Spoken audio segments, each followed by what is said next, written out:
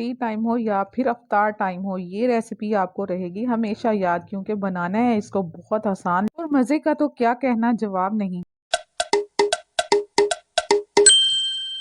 क्या कुछ बात ठीक ठाक होंगे। शुरू करते हैं अपने परवरदिगार के बरकत नाम से जो बड़ा मेहरबान और नहायत रहम करने वाला है। तो यहाँ हमने ले ली है शुगर, 1 कप दूध ले लिया है नीम गर्म, और उसमें हमने 3 से चम्मच तकरीबन ऐड कर देने हैं शुगर के, और इसको अच्छी तरह से मिक्स कर लेना है। तो मिक्स करने के बाद मजीद आपने इसमें ऐड कर देना है थोड़ा सा नमक, और नमक के बाद आपने यीस्ट का साशे ऐड कर देना है।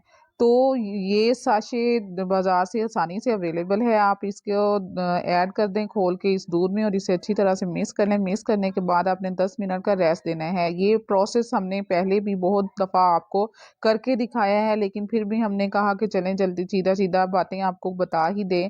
तो अब ये साशे ऐड कर दिया है हमने दूध में, और इसको मिक्स करते हैं। तो चलें मिक्स करने के बाद इसको देते हैं 10 मिनट का रेस्ट, और उतनी देर में हम मैदा छान लेते हैं। अच्छी तरह से मैदा छान लेने के बाद इसके दरमियान में आप हल्का सा होल करें, और आपको चाहिए होगा यहाँ हाफ कप घी। तो घी 2 से 3 चम्मच आप पहले तो इसमें ऐड करें, और फिर उसको अच्छी तरह मिक्स कर लें। मिक्स करने के बाद फिर आप 1 अदद अंडा ऐड करें, और फिर उसको भी तमाम मैदे में अच्छी तरह से मर्ज कर लें।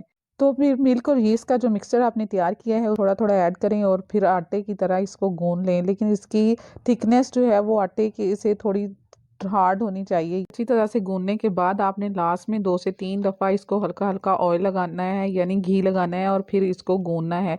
इस तरह से आपने इसको सेट करने के बाद अब जिस बाउल में भी आपने इसे रखना हो, आप उसे पहले ऑयली करें, और फिर डो को रख के इसको आप कवर कर दें क्लीन रैप से या फिर एलुमिनियम फॉयल से। अदरवाइज अगर ये दोनों आपके पास नहीं है तो फिर सिंपल सा शॉपर ले लें, और उसके ऊपर रख के इस तरह से ढक दें प्लेट के साथ। तो फिर इस डो को मुकम्मल तैयार होने के लिए तकरीबन 1 घंटा रेस्ट दें। तो अब सेकंड प्रोसेस स्टार्ट करते हैं, जिसमें तैयार करनी है हमने फिलिंग। तो उसके लिए आपको चाहिए होगा चिकन। तो चिकन अगर आप बोनलेस लेते हैं तो 1 पाव बहुत है। मैंने यहाँ हाफ के जी चिकन ले लिया है, और उसको हम 1 कप पानी ऐड करके बॉईल होने के लिए रख लेंगे। साथ में हम ऐड कर देंगे इसमें कुछ नमक और कुछ थोड़ा सा जीरा, ताकि इसका टेस्ट जो है वो अच्छा हो जाए।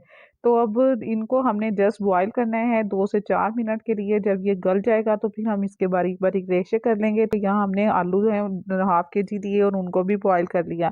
बॉईल करने के बाद इस तरह से आपने स्ट्रेनर लेके उसकी मदद से छान लेना है। इस तरह से ये बिल्कुल भी गुठलियां वगैरह नहीं अंदर बचेंगी, बल्कि अच्छी तरह से मैश हो जाएगा। तो ये तमाम आलू हमने मैश कर लिए हैं। अब हमने ले लिया 1 अदद पैन, उसको रख दिया है चूल्हे पे मीडियम स्लो आंच पे, और उसमें 2 चम्मच घी डाल दिया है। मजीद हमने इसमें आधी चम्मच जीरा डाल दिया है, उसको हल्का सा फ्राई किया। फिर अदरक लहसुन की पेस्ट 1 चम्मच ऐड की है, उसको भी हल्का सा फ्राई कर दिया है।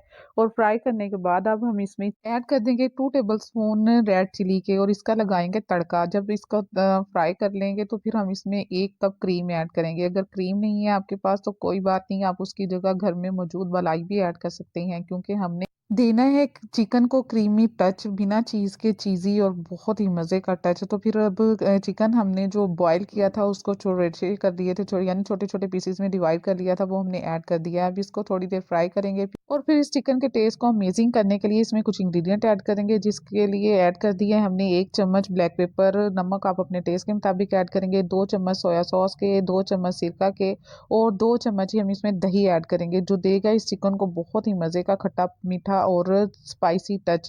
तो फिर अब इसको अच्छे से फ्राई करने के बाद आपने कुछ इंग्रेडिएंट और ऐड करने हैं, और वो इंग्रेडिएंट ये है कि आपने थोड़ा सा ऑरिगेनो, थोड़ा सा पेपरिका पाउडर ऐड कर देना है, और 1 चम्मच गरम मसाला ऐड कर देना है।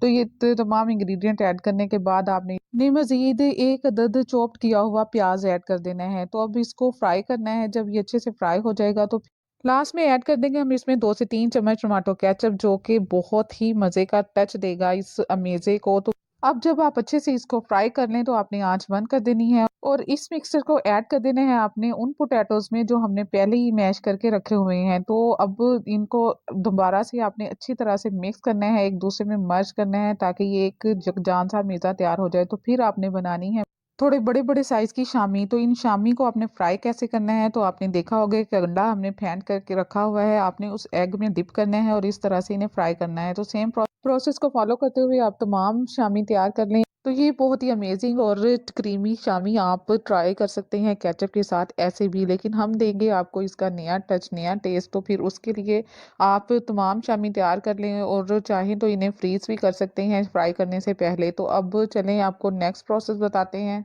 डो हमारी तैयार हो गई है, जो कि आपके सामने है। देखें कितनी जबरदस्त सी माशाल्लाह से फूल चुकी है। तो आपने थोड़ा सा ऑयल लगाना है अपने हाथों को, और लगाने के बाद आपने इस डो में से हवा निकालनी है। पहले ही इस तरह से आपने पुश करना है तो तमाम हवा जो है वो निकल जाएगी। फिर आपने इसको दोबारा से सेट कर लेना है। तो यही प्रोसेस हमने आधा घंटा गुजरने के बाद भी किया था। तो उसके बाद दोबारा से ये डो जो है वो अच्छी तरह से फूल चुकी है। तो अब 1 घंटा गुजर चुका है, तो इसको हम पार्ट्स में डिवाइड करते हैं। तो इस तरह से आपने तमाम डो को डिवाइड कर लेना है। तो फिर तमाम पेड़ों को बनाने के बाद आपने एक एक पेड़े की छोटी छोटी रोटी बनानी है। साइज आप अपने बड़ा कर सकते हैं। तो आपने मीडियम स्लो आंच पे तवा गरम कर लेना है, और तवा गरम करने के बाद आप पीटा ब्रेड बना के इसको तवे पे डालें। और जब एक तरफ से ये थोड़ी सी सिक जाए तो फिर आपने इसकी साइड चेंज करके दूसरी तरफ बनानी है। आप देख रहे होंगे ना, इस पे बबल्स भी बन रहे हैं। तो जब ये दोनों साइडों से ये देखें तैयार हो गई है, तो अब इसको तवे से उठा लें। और इसी तरह आप सेम प्रोसेस को फॉलो करते हुए बाकी की तमाम पीटा ब्रेड भी तैयार कर लें। तो ये पीटा ब्रेड बहुत ही मज़े की ज़बरदस्त सी तैयार होती है, बल्कि बाजार से बहुत बेहतर। एक साइड से हाफ ब्रेड पे कट लगाने के बाद हम इस पे अप्लाई कर देते हैं केचप और मायोनीज। इसके लिए अब मायोनीज और केचप लगाने के बाद हम इस पे रख देते हैं बाकी की फिलिंग। जो साथ में हमने खीरे काट लिए हैं, बंद गोभी और प्याज और टमाटर का हमने सैलेड तैयार कर लिया है, जिसमें हमने लेमन और नमक ऐड कर दिया था। वन बाय वन तमाम चीज़ें ऐड करने के बाद हम इसकी फोल्डिंग करते हैं और आपको बताते हैं कि कितनी ज़बरदस्त लगती है इसकी लुक। तो एक साइड पे हमने सैलेड रख दिया है, एक साइड पे हम खीरे रख देंगे, और दूसरी एक शामी हम रख देंगे जो कि लार्ज साइज़ की हमने बना रखी है। तो चलिए आप देखें कि इसकी फोल्डिंग हमने किस तरह से की है। तो ये रेसिपी आपको बहुत ही मज़ा देने वाली है। ज़रूर ट्राई कीजिएगा। अगर आपकी बना के खाएंगे तो आप इसका टेस्ट कभी भूल नहीं पाएंगे, और इंशाल्लाह डेली आप कहेंगे कि चने सिंपल सी ये रेसिपी बना लेते हैं। ये न्यू स्टाइल शावरमा देने वाला है आपको बहुत ही मज़े का टेस्ट। ना सिर्फ टेस्ट बल्कि ये 100% हेल्दी और कंप्लीट मील है, जो खाने के बाद आपको कुछ और खाने का मन नहीं चाहेगा, क्योंकि इसका टेस्ट आप गंवाना नहीं चाहेंगे। तो अब बताएं कैसा आ रहा है ना मुंह में पानी। तो फिर देर किस बात की है, जल्दी से ट्राई करें और फिर एंजॉय करें, और फिर हमें भी फीडबैक में ज़रूर बताइएगा कि आपको ये हमारी रेसिपी कैसी लगी। उम्मीद है आपको हमारी वीडियो पसंद आई होगी। तो फिर जल्दी से इसको लाइक करें, और जाने से पहले चैनल को सब्सक्राइब करना और बेल आइकन दबाना मत भूलिएगा, ताकि हमारी हर आने वाली नई वीडियो का नोटिफिकेशन आप तक जल्दी से पहुँच सके। तो खुश रहिए, खुशियाँ बांटिए। अल्लाह ताला आप सबका हामी और नासिर हो। हमें भी दुआओं में याद रखिएगा। इंशाल्लाह जल्द मिलेंगे एक और नई मज़ेदार और झटपट तैयार होने वाली शानदार रेसिपी के साथ। उस वक्त तक के लिए अल्लाह हाफिज़।